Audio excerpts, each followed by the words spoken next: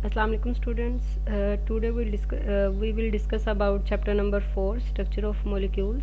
ठीक है, इसमें आज हम नेक्स्ट टॉपिक डिस्कस करेंगे, वो हम डिस्कस करेंगे कोऑर्डिनेट कोवलेंट कंपाउंड्स। ठीक है, इससे पहले हम आयनिक कंपाउंड्स और कोवलेंट कंपाउंड्स के बारे में डिस्कस कर चुके हैं। तो कोऑर्डिनेट कोवलेंट कंपाउंड्स, जैसे कि ये नेम से शो हो रहा है कि वो तमाम कंपाउंड्स जिनमें कोऑर्डिनेट कोवलेंट बॉन्ड प्रेजेंट होगा उसे हम क्या कहेंगे, कोऑर्डिनेट कोवलेंट कंपाउंड्स कहते हैं। ठीक है, तो कोऑर्डिनेट कोवलेंट कंपाउंड्स की जो प्रॉपर्टीज़ हैं वो सिमिलर होती हैं कोवलेंट कंपाउंड्स के। Nuclei in these compounds are held by shared pair of electrons. ठीक है, तो जो इन एटम्स के दरमियान न्यूक्लियस प्रेजेंट होता है मॉलिक्यूल्स के दरमियान, वो क्या, वो हेल्ड होगा शेयर्ड पेयर ऑफ इलेक्ट्रॉन्स, यानी कि शेयर्ड पेयर ऑफ इलेक्ट्रॉन उसको अपनी तरफ अट्रैक्ट कर रहे होते हैं, जिसकी वजह से ये कंपाउंड्स जो हैं वो आयंस नहीं बनाते। ठीक है, जब आप इन्हें वाटर में ऐड करते हैं तो ये वाटर में आयंस फॉर्मेशन नहीं करते। Due to their covalent nature they form solution in organic solvents. ठीक है, तो फिर इनकी कोवलेंट नेचर की वजह से ये क्या करते हैं, ऑर्गेनिक सॉल्वेंट्स में सोल्यूशंस बना देते हैं। ठीक है, ऑर्गेनिक सॉल्वेंट में डिजोल्व होते हैं और are very less soluble in water, पानी में ये बहुत कम जो है वो सोलुबल होते हैं। ठीक है, नेक्स्ट हमारे पास आता है usually they are rigid compounds with the dipole. ठीक है, ये क्या है, ये रिजिड कंपाउंड्स होते हैं, एक इनमें डाइपोल की फॉर्मेशन हो जाती है, रिजिड कंपाउंड्स हैं ये। ठीक है, क्लियर होगा आपको ये। यहाँ एग्जांपल की हम बात कर लेते हैं। सपोज हमारे पास यहाँ एग्जांपल है, तो यह हमारे पास क्या है, नाइट्रोजन है। ठीक है, यहाँ नाइट्रोजन है, नाइट्रोजन जो है ये NH3। अब नाइट्रोजन के लास्ट शेल में जो है वो 5 इलेक्ट्रॉन प्रेजेंट होते हैं। ठीक है, 3 इलेक्ट्रॉन ये अपने हाइड्रोजन 3 हाइड्रोजन के साथ शेयर कर रहा है, और ये जो 2 ऊपर आपको नजर आ रहे हैं पेयर के फॉर्म में, ये इसका लोन पेयर होता है। ठीक है, ये अमोनिया है, जब इसने अमोनियम में कन्वर्ट होना होता है तो ये क्या करता है, ये हाइड्रोजन आपके पास है पॉजिटिव चार्ज के साथ। यहाँ पॉजिटिव चार्ज मीन्स इसके पास अपना कोई भी इलेक्ट्रॉन नहीं है। तो ये नाइट्रोजन क्या करता है, ये नाइट्रोजन अपना इलेक्ट्रॉन जो है वो हाइड्रोजन को शिफ्ट कर देता है। ठीक है, हाइड्रोजन को डोनेट कर देता है। तो हाइड्रोजन को डोनेट करने के बाद जो है इसमें कोऑर्डिनेट कोवलेंट बॉन्ड बन जाता है। यहाँ आप देखें तो नाइट्रोजन के ऊपर आपको लोन पेयर नज़र आ रहा है और लोन पेयर के ऊपर आपको जो है ये एरो नज़र आ रहा है। ठीक है, ये एरो शो कर रहा है कि यहाँ पर क्या है, कोऑर्डिनेट कोवलेंट बॉन्ड फॉर्मेशन हुई है। ठीक है, तो ये हमारे पास कोऑर्डिनेट कोवलेंट बॉन्ड का जो रिजल्टेंट, इसको हम अडक्ट कहते हैं। ठीक है, और इसके फॉर्म जब किसी भी मॉलिक्यूल के दरमियान कोऑर्डिनेट कोवलेंट बॉन्ड फॉर्मेशन हो जाता है तो उस कंपाउंड को हम होल क्या बोलते हैं, कोऑर्डिनेट कोवलेंट कंपाउंड्स बोलते हैं। ठीक है, क्लियर हो गया आप सबको ये। इसके बाद नेक्स्ट जो है वो हमारे पास मेटल्स आती हैं। इस चैप्टर का लास्ट टॉपिक है metals.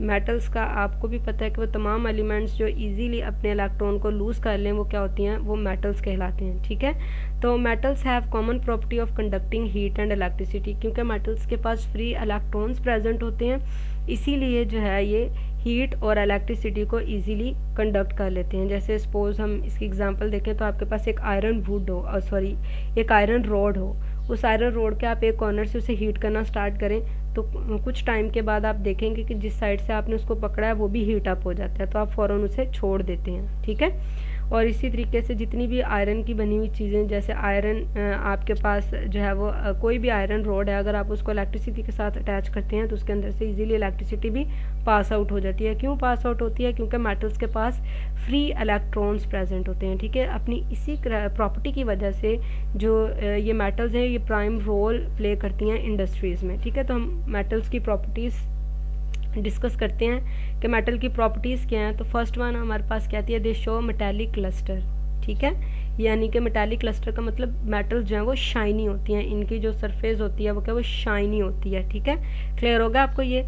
Second, they are usually malleable and ductile, metals malleable भी होती हैं, डक्टाइल भी होती हैं। अब मैलिएबल मतलब मैलिएबल क्या होगा कि आप मेटल्स को इजीली जो है वो शीट में कन्वर्ट कर सकते हैं, इस प्रॉपर्टी को हम मैलिएबल यानी कि मैलिएबिलिटी बोलते हैं। ठीक है, और डक्टिलिटी क्या होगी आपके पास, डक्टाइल कैसी होंगी कि आप मेटल्स को इजीली वायर्स में भी चेंज कर सकते हैं। जो हमारे घरों में वायर्स यूज़ होती हैं उसमें सारी मेटल्स होती हैं। ठीक है, वो मेटल्स को हमने वायर्स में चेंज किया होता है जिसको हम इलेक्ट्रिसिटी पास आउट करने के लिए यूज़ करते हैं। क्लियर हो गया आपको ये।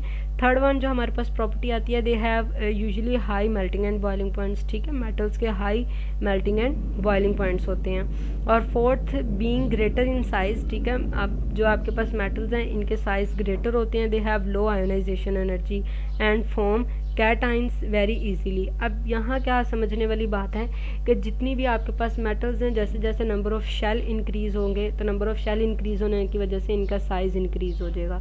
साइज़ इंक्रीज़ होने की वजह से क्या होता है कि जो न्यूक्लियस होता है उसके लास्ट इलेक्ट्रॉन पे ग्रिप जो है वो वीक हो जाती है। तो आप क्या करते हैं, आप थोड़ी सी एनर्जी उसको प्रोवाइड करते हैं तो वो इजीली अपना इलेक्ट्रॉन लूज़ कर देती है। तो जब भी कोई मेटल अपना इलेक्ट्रॉन लूज़ कर देती है तो वो कैटाइन में जो है वो कन्वर्ट हो जाता है वो एलिमेंट, ठीक है। तो इजीली ये कैटाइन, लो आयनाइजेशन एनर्जी होगी इनकी, साइज़ इनका बड़ा होगा और इजीली कैटाइन फॉर्मेशन करती हैं, ठीक है। क्लियर हो गया। Next, they are good conductor of heat and electricity in solid and liquid state due to mobile electrons, ठीक है। कि जो मेटल्स हैं आपके पास ये सॉलिड और लिक्विड दोनों फॉर्म में ये गुड कंडक्टर होते हैं, हीट के भी और इलेक्ट्रिसिटी के भी। क्यों गुड कंडक्टर होते हैं? क्योंकि इनके पास मोबाइल इलेक्ट्रॉन्स प्रेजेंट होते हैं। मोबाइल इलेक्ट्रॉन्स मीन इनके पास फ्री इलेक्ट्रॉन्स मौजूद होते हैं। उन फ्री इलेक्ट्रॉन्स की वजह से ये ईजिली जो है वो क्या कर सकते हैं, हीट को और इलेक्ट्रिसिटी को कंडक्ट कर सकते हैं। क्लियर हो गया। अब यहाँ पर आप डायग्राम में देखें तो ये आपके पास के डायमंड एक मेटल है। अब आप देखें कितनी इसकी शाइनी सरफेस है, ठीक है। तो ये आपको क्लियर होगा, क्लियर हो गया होगा कि मेटालिक क्लस्टर क्या है, ठीक है। जिन मेटल्स की जो सरफेस है वो क्या होती है, वो शाइनी होती है।